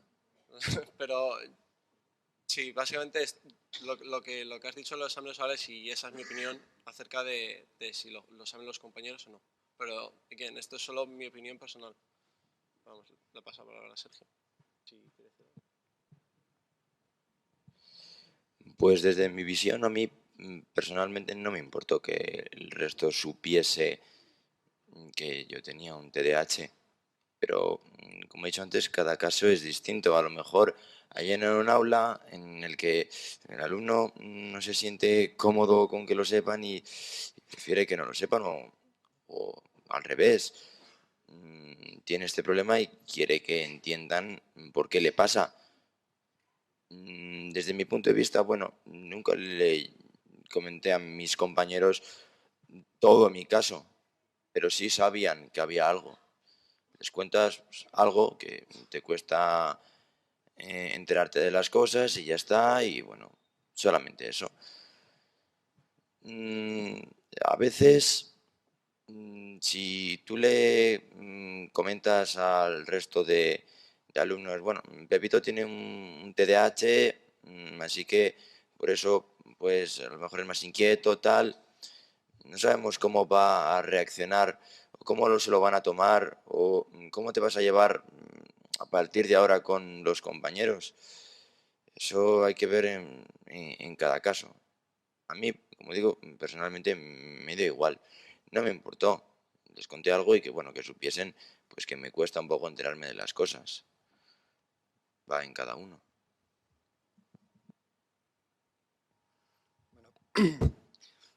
A mí el abordaje de este tema, tuvimos una experiencia en un colegio público que promovió el AMPA, y lo que hizo este colegio público es dar una charla conferencia a todo su alumnado de primaria y no era un cole de... Era un concertado, porque dimos a chavales de primaria y secundaria, con lo cual era un colegio concertado. Y entonces lo que hicieron fue esto, dimos una conferencia, creo que fue del Bosque, a dar una conferencia sobre síndrome de Down. Luego fue otro deportista a dar una conferencia sobre Asperger y luego fui yo a dar la conferencia sobre dislexia e hiperactividad. Y entonces no personalizábamos en nadie, ¿no? Es decir, simplemente comunicábamos a los alumnos cuáles eran las peculiaridades de estos chavales, qué era lo que ocurría, qué medidas necesitaban, por qué las necesitaban. Y el reporte que yo tengo de esta experiencia fue tremendamente positivo. Es decir, cambió la mentalidad de muchos chavales respecto a algunos compañeros. Y luego se produjo una cosa curiosa, dando las conferencias, por lo menos en las mías, y es que muchos niños en plena situación de conferencia se identificaron. Y entonces se identificaron y fueron haciendo el reconocimiento, se sintieron cómodos por cómo los compañeros respondían a la situación y las preguntas que hacían y lo que indagaban, y los chavales se identificaron. Insisto, el reporte de este cole en concreto ha sido muy positivo de esta actividad. Y yo creo que un espacio escolar es un espacio de convivencia, ¿no? Y igual que si uno va a una boda, pues llega allí uno y te pregunta que si hay celíacos en la mesa para ajustar el menú, pues yo creo que en un espacio de convivencia sí es importante que abordemos la diversidad y no personalizarla en nadie. Es decir, abordemos la diversidad, expliquemos cuáles son los factores de diversidad que podemos tener en un aula, y los niños no son estúpidos. A mí una cosa que me sorprende es que tenemos un prejuicio, pues parece que los niños son estúpidos. Y los niños tienen una inteligencia natural que llama la atención, son gente sensible, y si lo abordas bien, no suele haber problema. Y de cara al tema de metodologías escolares, por los que me conocéis, sabéis que yo soy un poco friki con este tema. Y desde luego vuelvo a defender lo mismo, ¿no? Estamos haciendo cosas con el método escolar que no se sujetan a ciencia, por el conocimiento que tenemos hoy de neurociencias. Estamos haciendo cosas en el aula que no se sujetan a ciencia, que muchas de ellas van en contra, ¿eh? Cosas tan sencillas como que los niños estén aprendiendo sentados como estáis vosotros ahora. Niños de 0 a 10 años sentados, cuando sabemos la importancia que tiene el movimiento en la actividad cerebral. Que lo que estemos haciendo con los chavales no sean cosas donde ellos estén motivados, cuando sabemos que en la activación de la amígdala, ¿no? Es decir, yo lo digo, la amígdala tiene que estar cachonda cuando estamos aprendiendo. Tenemos que tener las emociones en positivo cuando estamos en un proceso de aprendizaje. Entonces, hay un montón de barbaridades que estamos haciendo a nivel de aula y de metodología que si cambiáramos estos métodos, los chavales con dificultad de aprendizaje no requieren medidas de adaptación, ni ninguna medida metodológica, ni adaptaciones curriculares, y lo cuento con mucho orgullo, porque hicimos la experiencia con un colegio de Moralzarzal, trabajando sin libros y sin deberes. Entonces a los chavales les ponemos un vídeo motivacional con los módulos de aprendizaje oficiales, de los temas que tienen que estudiarse en conocimiento en medio, en matemáticas, porque estamos obligados a ello. Entonces lo que hacemos es ponerles vídeos motivacionales que les hagan contextualizar la información que van a recibir en ese tema, ¿no? Pues sobre el relieve o sobre los múltiplos y divisores. Luego lo que hacemos es darles la información en videotutoriales cortitos de 1 minuto y medio, 4 minutos. Y entonces se llevan videotutoriales a casa donde lo que están viendo es la información a través de audiovisuales, que muchos los pueden hacer sus profes con tecnologías gratuitas para tablet. Y los chavales lo que hacen en casa es visualizar estos videotutoriales. Entre ellos hacen comunidad de aprendizaje, trabajan con una tecnología que se llama KidBlock, donde los chicos, el profesor tiene un blog y los chicos tienen un Facebook. Entonces, están trabajando, cuando están visualizando los vídeos, los chavales se van resolviendo las dudas a sí mismos. El 70% de la información que aportamos con los videotutoriales de un tema es resuelta por los propios compañeros. Cuando llegan a clase no les damos información, porque la información es para casa. Entonces lo que hacemos es proponerles retos. Por ejemplo, en el tema, para que veáis cosas concretas, ¿no? En el tema de múltiplos divisores, números compuestos, números primos, localizamos un vídeo que le contaba la historia del tío que descubrió el código nazi, y bueno, les pusimos este vídeo sobre este personaje. Y después de haber visto los videotutoriales de sus propios compañeros explicando los números primos, les propusimos como retos inventar códigos secretos, en grupos o individualmente. Y luego el otro reto era descubrir los códigos secretos de los otros grupos. Bueno, pues cuando hicimos estas actividades, que las enganchan porque las viven como juegos, como un chaval descubrió la máquina decodificadora de los códigos secretos. Le preguntó a un compañero que si la había traído. Y entonces cogió un folio y apuntó las letras, les habíamos dado 26 letras del abecedario y 26 números primos. Y cogió las letras del abecedario, las escribió arriba en el folio, en horizontal, recortó, cogió los 26 números primos, los apuntó en el folio, hizo así con el folio, lo grapó, hizo un cilindro, colgó la pestilla de las letras y empezó por variables a decodificar los códigos de los compañeros. Y el proceso de aprendizaje de los chavales, sin hacer deberes y sin libros de texto, es la información la ven en casa, las dudas las resuelven entre ellos a través de esta tecnología, las actividades de entrenamiento son supervisadas por los maestros dentro del aula resolviendo retos y entrenando las funciones del cerebro que tienen que realizar para hacer esos retos, no solamente los procesos, sino funciones mentales que les entrenamos. Los chicos se evalúan de dos maneras, o soy capaz de explicar o soy capaz de aplicar. Es la única manera de demostrar si el conocimiento está, no volcando datos en una hoja, en un examen. Y el nivel obtuvimos 1,8 puntos por encima de la media de la Comunidad de Madrid en el examen de sexto de primaria, con el grupo de experimental, que empezamos en quinto y los llevamos a sexto. Se presentó el maestro que dirigió el proyecto, que es Chema Lázaro, y ha recibido el Premio Nacional de Educación.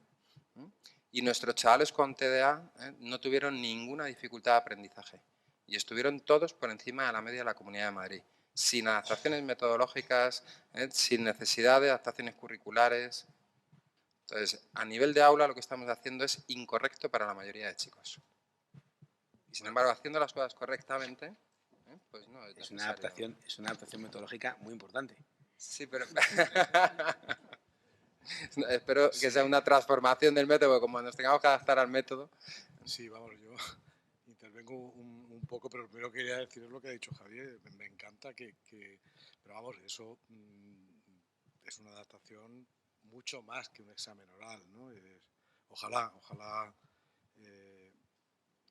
se hiciera, no porque no se pueda hacer, que aparte que hay problemas de logística, ¿no? Hay wifis, hay niños, hay tablets y todo esto que al final tenemos que hacer experiencias, pero luego también tenemos que lidiar con profesores que todavía o con profesoras que todavía no entienden que hay que hacer un examen oral o no poner dos exámenes en el mismo día o sencillamente seguir ayudando en segundo de la ESO y repasar la agenda o comunicarse con los padres para que sepan qué es lo que no entra en el examen, ¿no? Esta es una realidad que yo las experiencias las veo, pero tú mismo lo has dicho, dices, es que sin ningún tipo de adaptaciones, ¿no? Esta es todo en sí mismo es una adaptación y desde luego estoy convencido de que si lo replicáramos obtendríamos esos resultados. Pero yo quiero volver al tema de lo decimos, no lo decimos. Evidentemente yo pienso que son cuestiones en las que uno debe de tener derecho a manejar la información, ¿no? sobre uno mismo, ¿no? Esto es el concepto nuestro de derecho a la intimidad. Lo que pasa es que realmente es difícil manejar la información cuando uno lo que está pidiendo es una adaptación funcional, sin mayores complicaciones. Quiero decir, en algo tiene que basarse. Luego también los compañeros, pues claro es que los compañeros lo saben, a mí me lo han dicho con mi hijo menor, por ejemplo, pues a lo mejor en segundo de bachiller, ¿no? Es que si le hago el examen oral y qué van a decir los compañeros y él mismo cómo se va a sentir, digo, bueno, pero vamos a ver, sus compañeros lo conocen, este chico está desde los 6 años, lleva de psicólogos, toma medicación, en fin, trabaja más que todos los demás, todo esto, no sé que se vaya a sentir raro, además es lo que tiene es un TDAH, ¿no? Entonces yo pienso que es importante que se llegue a poder manejar, pero que no pretendamos, como nos pasa en el mundo de las asociaciones, es que llega a la universidad y entonces resulta que como ha ido hablando con los profesores, como se ha ido haciendo bajo mano, cuando llega a la prueba de acceso a la universidad, entonces quiere que se la adapten y le dicen, no, adaptar, ¿por qué? Entonces, claro, es que si sube en el ascensor, en un ascensor distinto, claro, que sube en el ascensor y no va por la escalera es porque va en una silla de ruedas o lleva una muleta.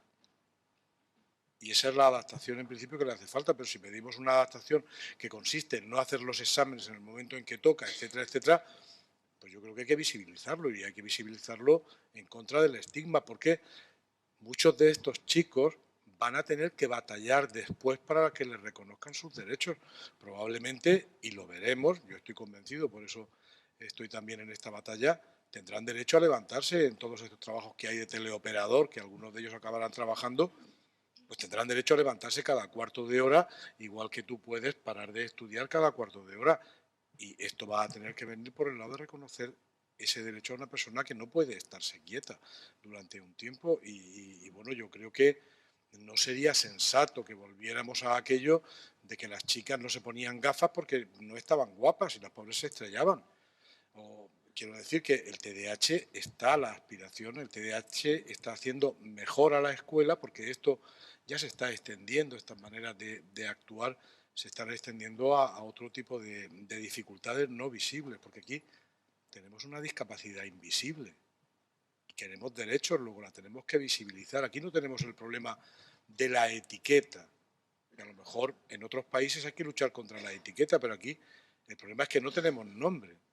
Estamos teniendo derechos cuando aparece el nombre en la legislación educativa, aparece el nombre en los sitios. Y yo creo que a nuestros hijos tenemos que decirles que tienen TDAH, de pequeñitos toman una pastilla, los que la toman para que les ayude a concentrarse, de más mayores los vamos enseñando que son personas muy impulsivas y cuando llegan a la adolescencia les avisamos que tienen un riesgo mayor con las drogas y que ojito con el alcohol, etcétera. Entonces yo creo que, es decir, las personas somos como somos.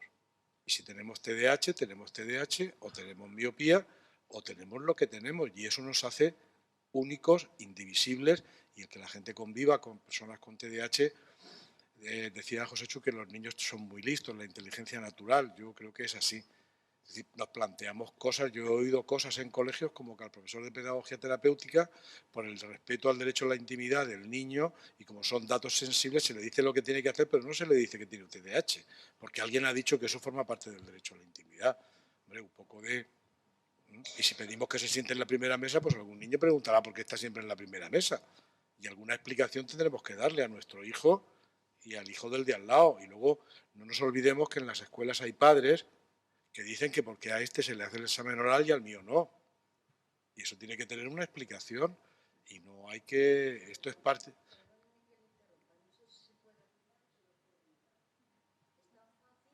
Puede opinar. ¿Es tan fácil, perdón? ¿Qué? Bueno, porque hay otros que lo prefieren hacer es que hay ya, claro, pero no le vamos a poner a todos los niños gafas. Ni lentillas. Si es Si que... la clave está... Claro, no, pero la clave está en ser capaces de ofrecerle a cada niño lo que necesita. No a todos los niños lo mismo.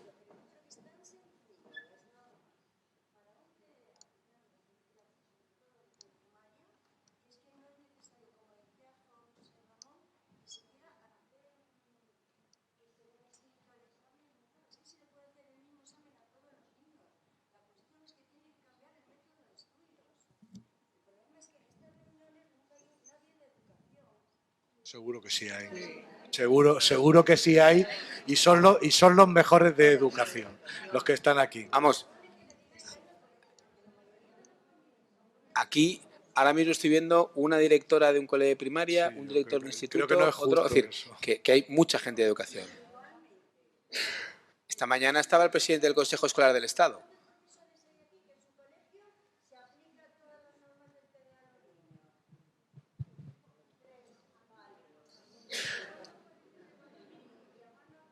Claro, pero vamos a ver, aquí en un mundo ideal, un mundo perfecto, es decir, yo le niego la mayor. Es decir, esta mañana estaba el presidente del Consejo Escolar del Estado. Es decir, yo creo que como autoridad educativa, poco más el ministro de Educación, yo creo que por encima podría haber estado. Primero. Segundo, más o menos el 50%, pero no se trata de que participe, se trata de que cale. Es decir, y a mí me consta que don Francisco López Bru Pérez cada día tiene más claro lo que tiene que significar tener un TDAH y cómo eso debe trabajarse en la comunidad educativa.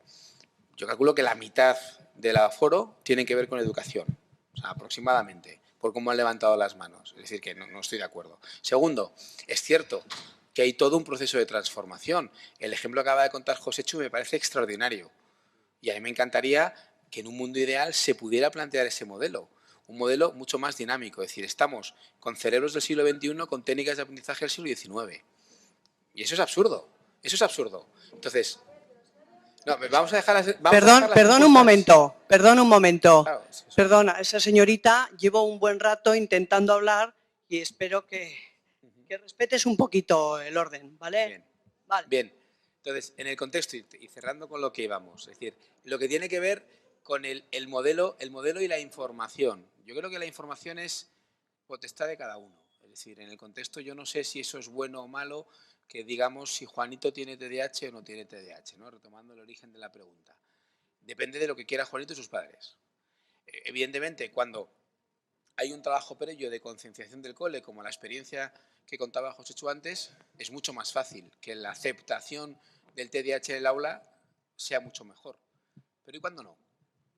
¿Y cuando de repente el colegio, bueno, estamos quejándonos que los profes tienen una conciencia relativa sobre lo que es el TDAH y los compañeros y los padres de los compañeros? Es decir, que hay mucho factor implicado como para alegremente decir que sí, venga, hay que decir que tengo un TDAH, ¿no? Llego a clase por la mañana y digo, hola, soy Juan, tengo un TDAH. Pues depende, ¿no?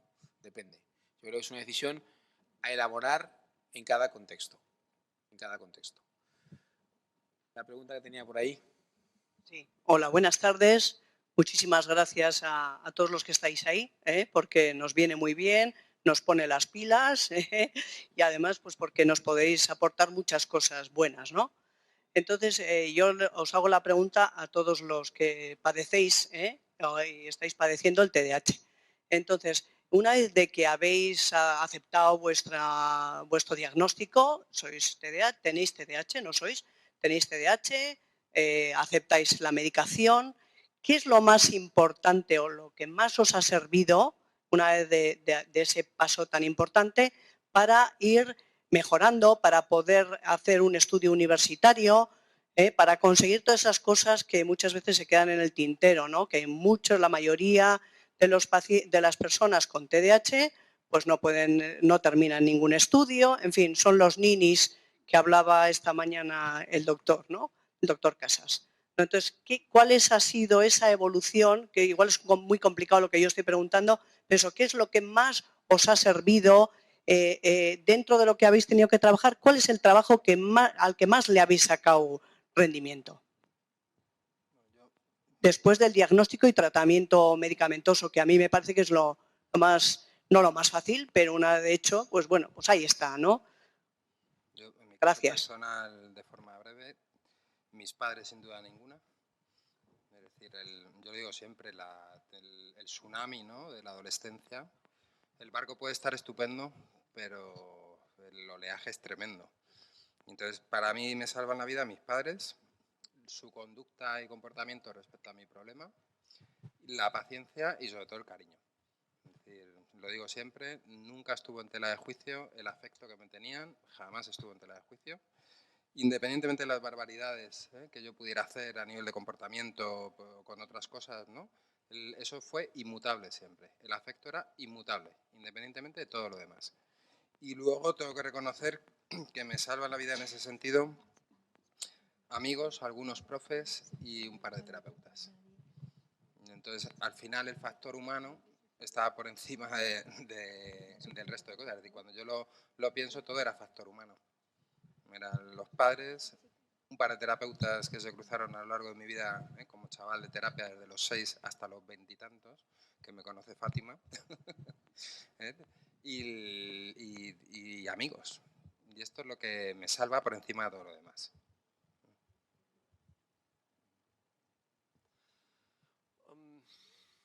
Estoy de acuerdo con lo que ha dicho mi compañero. Yo creo que para mí también lo más importante ha sido el factor humano. Tener a gente, lo primero ha sido mi familia que nunca me han dejado, siempre me han ayudado. Como he mencionado, algunos terapeutas que también han sido amigos míos. Pero para mí lo más importante es las amistades positivas que he adquirido en estos últimos 6 años. Esa gente que me ayuda a mantener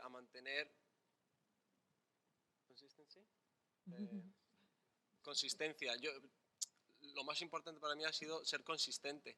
Yo nunca he sido todavía no soy muy consistente, pero nunca he sido consistente en la vida. Entonces, después de haberlo aceptado, lo más importante para mí ha sido mis ámbitos sociales, la gente con la que estoy, la gente con la que me rodeo, mis hermanos, mi madre, bueno, mi padre cuando estaba, mis amigos, mi pareja, todas esas personas que me ayudan, y no solo me ayudan, sino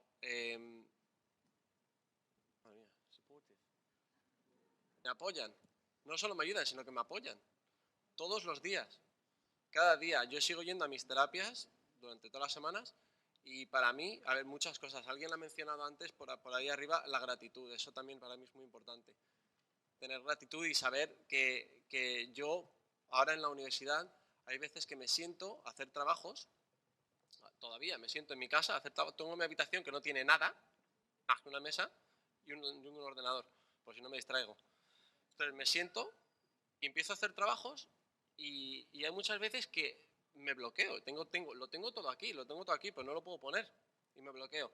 Pero soy capaz de yo a mí mismo no destrozarme mi propia autoestima. Soy capaz de decir, bueno, no pasa nada, date 10 minutos, vete, tómate un café, vuelve y lo sigues haciendo. Entonces, esas cosas yo no las he adquirido solo, las he adquirido porque la gente que está alrededor mío me ha ayudado a adquirirlas. Entonces, yo estoy de acuerdo con, aparte de lo que ya has mencionado antes, estoy de acuerdo que el ámbito, el social, la gente con la que me rodeo, han sido una influencia muy grande en estos últimos 6 años para mí.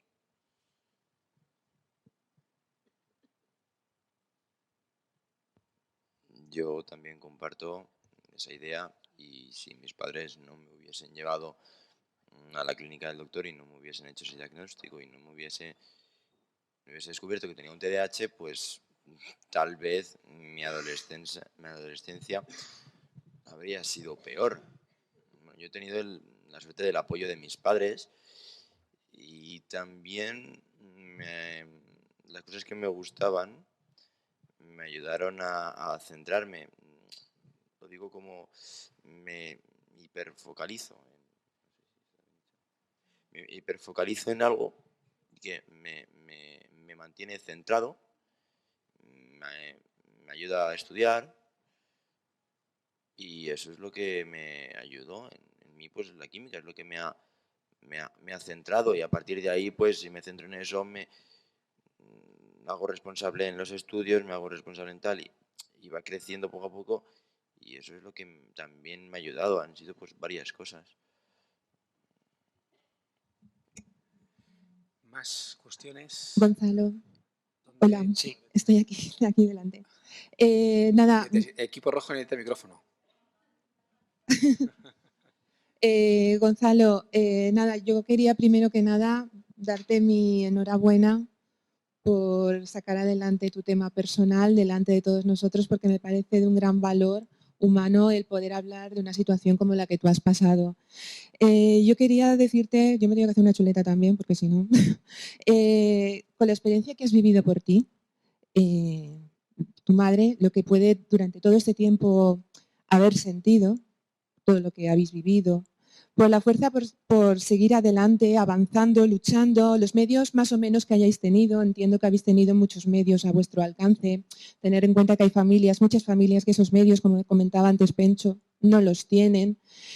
Cuando un chaval, estoy hablando de un adolescente más o menos, tu etapa más dura, cuando un chaval tiene TDAH con el trastorno oposicionista desafiante, que más o menos creo que era pues algo similar a lo que sentías tú, ¿tú qué mensaje le darías a las familias que hay aquí, de todos los que estamos aquí, que puedan tener una situación similar? ¿Qué mensaje le podías dar a tu familia desde esa experiencia que tú has vivido y que ahora estás muchísimo mejor?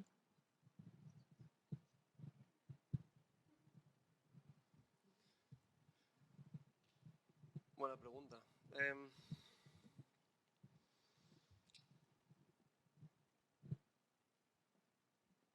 Yo diría no rendirse.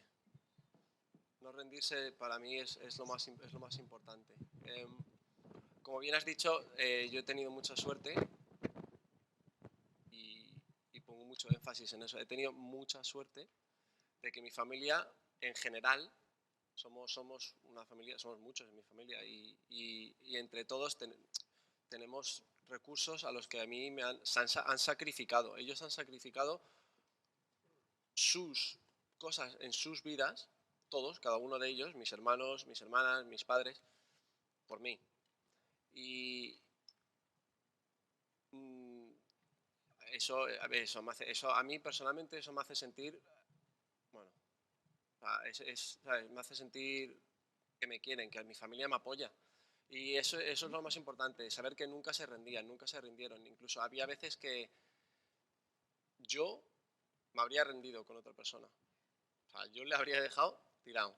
Y seguramente le habría pasado por su cabeza 2000 o 3000 veces. Le dejamos tirado. Pero nunca me dejaron tirado. Siempre siguieron ayudándome. Entonces yo diría a las familias que tienen... La adolescencia es una etapa muy dura de todas maneras. Pero ya con problemas de TDAH y ya con otros problemas como los que hemos hablado antes, yo diría que es el apoyo. Que no significa darles todo lo que te pidan, que es lo que hacía yo, pedir, pero no es darles todo lo que te pidan, pero es el apoyo a un hijo, a un hermano. Yo creo que eso sería lo más importante. Yo creo que a lo que pueden llegar las familias, yo lo único que puedo... Mi madre, si me pongo en los zapatos de mi madre y si intento pensar como antes hemos estado hablando, venía de un padre. Las reflexiones de un padre, si yo intento pensar cómo se sentía mi madre, yo diría que se sentía igual o peor que yo, completamente desesperada, no sabría qué hacer. Porque ella tampoco tenía conocimiento por aquel entonces. Entonces, claro, una familia que sigue, sin tener conocimiento, sigue apoyando, sigue intentando, sigue buscando alguna solución hasta que encuentran, al final, gente como el señor Quintero o López Ibor, que me ayuda a mí también. Cuando encuentran eso, te alivia. Dices, bueno, por lo menos ahora ya podemos trabajar con algo, en vez de ir a la deriva. Entonces yo creo que sería eso, es la consistencia, la persistencia, y también que las familias también necesitan el apoyo. No solo la persona, no solo el adolescente con TDAH, los padres también necesitan el apoyo porque hay mucho estigma, como hemos hablado antes, que yo no entendería porque yo no soy padre, pero lo tiene que haber. Entonces ellos también necesitan buscar su apoyo personal, yo diría de todas maneras. Pero vamos, sí. Yo quería hacer una pregunta aquí, por aquí. Hola, buenas tardes. Primero de todo agradecer a Gonzalo y a Sergio el testimonio porque es fundamental y da mucha esperanza no solo a las personas que tienen este trastorno, sino un poco es una problemática social de alguna forma. Están los padres y hermanos, familias, el colegio y la sanidad también detrás de todo esto, ¿no? Es un problema gordo, por así decirlo, ¿no? Desde este punto de vista quería haceros una pregunta en el sentido de que, bueno, vosotros habéis dicho que de alguna forma lo primero es identificar el trastorno, ser diagnosticado como tal. Estaría también el tema de la medicación y el tema de la terapia de alguna forma. No sé en qué orden de relación queréis poner estos temas, pero después de todo esto y en conjunto con todo esto, vosotros podéis indicarnos o podéis identificar qué terapias personales o qué estrategias personales habéis desarrollado para superar este trastorno, si alguna. Y por último, quería hacer una pregunta también. Hablábamos y los profesionales durante las charlas del día han comentado que el 75% de las personas adolescentes mantienen el trastorno cuando son adultos. Vosotros os consideráis que estáis en ese 25% que habéis superado el trastorno, y en esta pregunta incluiría también a Pencho, a ver si nos aclara un poco cómo se considera él. Gracias. Si queréis contesto yo.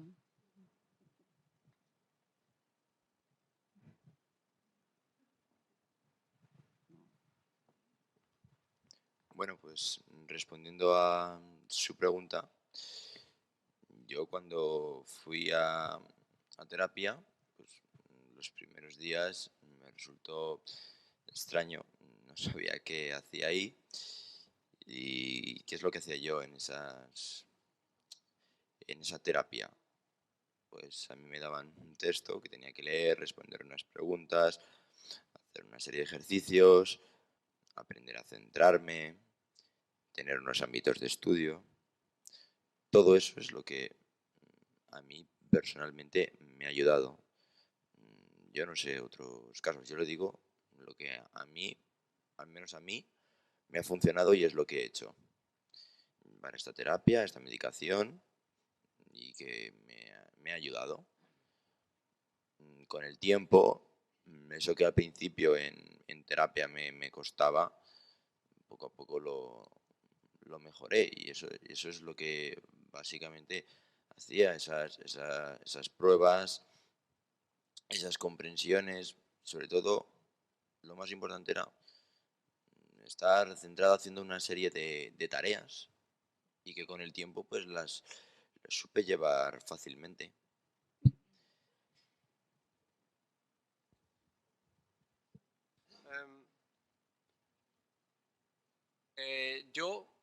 Yo sí que tengo algunas, de hecho, algunas personales que, por ejemplo, me acuerdo cuando yo tenía algún examen, por ejemplo, y decía, voy a sacar un 10. Y después de muchos suspensos, seguía diciendo, voy a sacar un 10. Y me decían, ¿por qué no intentas sacar un 5 primero? En vez de sacar un 10. Entonces, una de las cosas que a mí me han ayudado ahora y que sigo practicando es no ponerme... yo tengo una capacidad increíble para ponerme unas metas tremendas. Yo me voy a comer el mundo. Pero claro, si no empiezo a ponerme unas metas más cortas, unas metas que sean más realistas, que pueda conseguir, es lo del papel que hemos estado hablando antes. Estoy yendo al fracaso sin haber empezado. Entonces me tengo que poner metas que sean más cortas, metas que las pueda conseguir. Eso es una, que la sigo practicando. Hay muchas. Personales con, por ejemplo, una que aprendí que yo no tenía era rutina. Rutina para mí es muy importante. El poder comer, el poder tomar 3 comidas al día, el poder irme a dormir pronto, el poder hacer ejercicio. Tener una rutina para mí es muy importante porque en mi cabeza todo está revuelto, es chaos. Entonces, si no tengo una rutina fuera, que estábamos hablando antes Sergio y yo, que mi madre normalmente me decía, lo que más me acuerdo de mi madre me decía es, ordena la habitación, baja los zapatos, limpia los zapatos, baja los calcetines a la lavadora. Y yo lo intentaba hacer siempre y no lo hacía nunca. Y me decía, una habitación ordenada es una mente ordenada. Mi mente tendría que estar hecha una mierda. Porque mi habitación... Entonces, claro, lo que yo no puedo hacer es limpiar una habitación que está sucia desde hace 2 semanas en 20 minutos. Es imposible. Entonces, habrá algún momento en el que tendré que limpiarla y estar un día entero limpiándola, pero si luego la mantengo un poco más, no se ensucia tanto, es bastante más fácil. Y eso es lo que tengo que aprender. Lo que tengo que aprender es a mantenerlo, que es lo que a mí más me cuesta. Para no tener que ¿Me explicas? Que no sé si me he explicado. Creo que me he explicado. Pero bueno. Vale. ¿Quieres aportar algo más, Pencho? Hola, ¿puedo...? Perdón. Sí, no te preocupes. No te preocupes. Es por la pregunta directa. Para mí el TDAH es una explicación, ¿no? A mí me ayuda mucho a entender y me ha ayudado mucho personalmente y me ha ayudado mucho toda esta batalla que llevamos, ¿no? Porque me ha permitido hacer muchas cosas. Pero para mí es una clave personal, porque hay preguntas que siempre me he hecho sobre mí mismo, ¿no? Pero lo que sí tengo claro es que el trastorno como trastorno tiene que ver con la disfunción. Y yo no me considero disfuncional.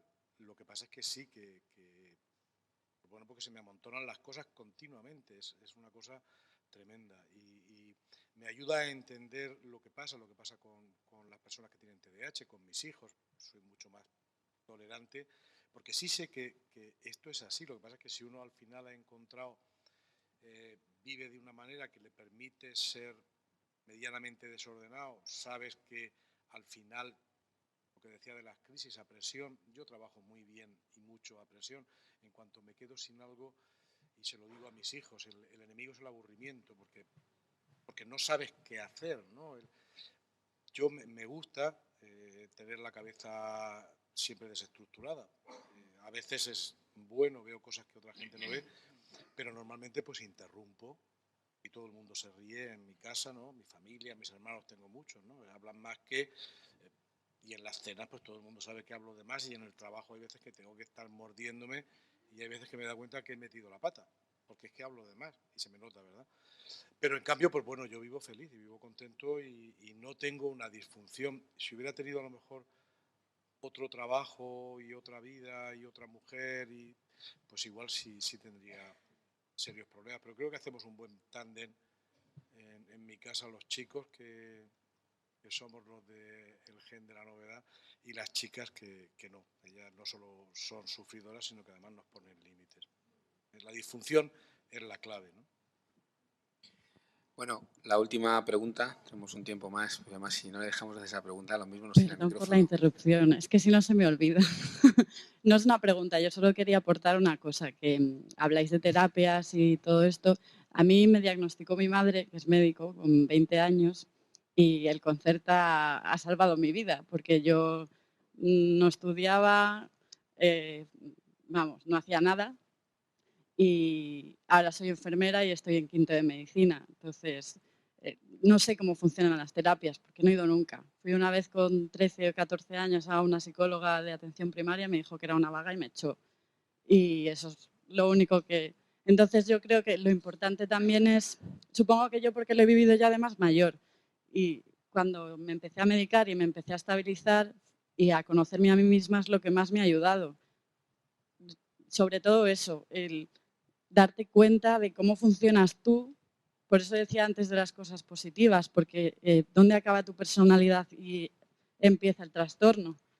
¿No? Por eso yo creo que es muy importante, y lo de la medicación que dicen los padres, que mi hijo cambia y tal, sí, cambias, porque la parte de impulsividad o de hiperactividad que puedes tener se te quita, pero así relucen otras partes de ti. Entonces, no sé, las terapias no sé cómo son, seguro que funcionan muy bien. Yo, la verdad es que sin Concerta, hoy por hoy no podría estudiar. No lo uso para mi día a día, pero cuando me tengo que poner a estudiar, lo necesito. Y luego, no sé quién ha dicho por ahí qué técnicas hemos utilizado. Yo personalmente estudio con la televisión puesta. Si estudio en silencio, no me entero de nada. Así que eso. Somos un poco raritos, pero bien. Muchas gracias. La clave muchas veces... Un momento, por favor. Es muy breve. ¿Puedo preguntar una cosa? Es que yo soy muy impulsiva también. Perdón. Sergio, si tuvieses a tu profesora aquí y ahora delante, ¿qué la dirías?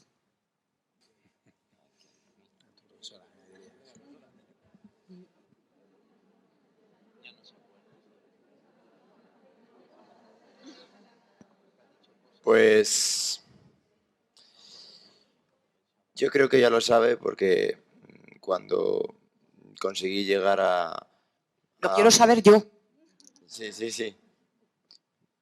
Mi profesora ya sabe lo que he conseguido y a dónde he llegado, porque el colegio ya lo ha puesto por todas partes y a la mínima que vaya a secretaría ya lo ha visto. Me he cruzado varias veces con ella y algunas veces se hace la loca y no se acerca a hablarme. Otras veces me acerco yo y saludo con una buena sonrisa. Pero no tengo ningún rencor, yo qué sé. Me da igual.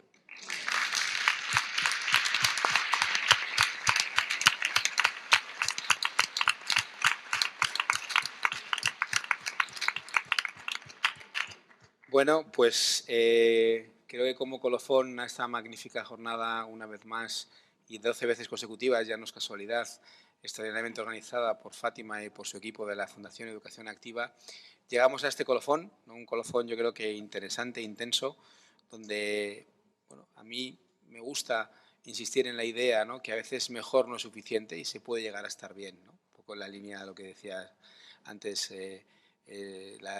Clara. Entonces yo creo que hay una parte importante. Y quiero agradecer a Pencho y a Joséchu la amabilidad por compartirme en la mesa, pero sobre todo yo creo que un fortísimo aplauso para Gonzalo y para Sergio por haber compartido con nosotros.